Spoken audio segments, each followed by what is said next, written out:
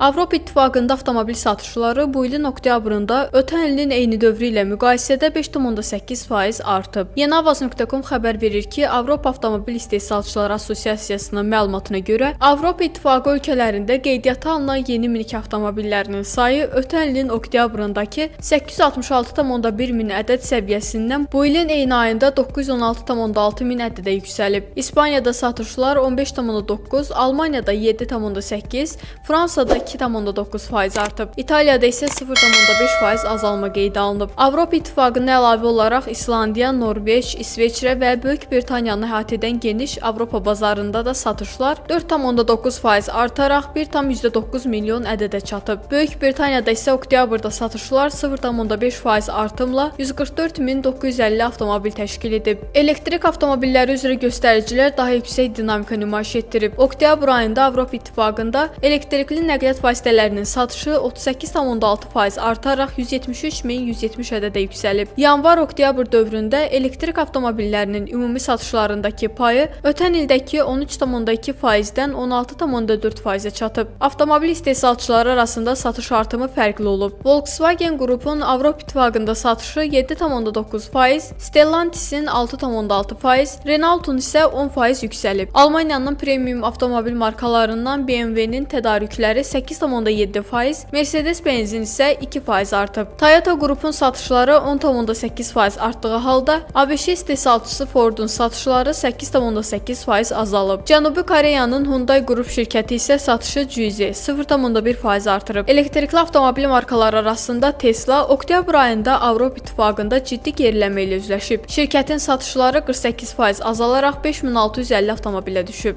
Çin istehsalçısı BYD isə əksinə satışlarını təxminən 3 dəfə artıraraq 13.350 ədədə çatdırıb. Yanvar-oktyabr aylarının yekunlarına görə Avropa İttifaqında ümumi avtomobil satışı 1,4% artaraq 8.974 milyon ədəd olub.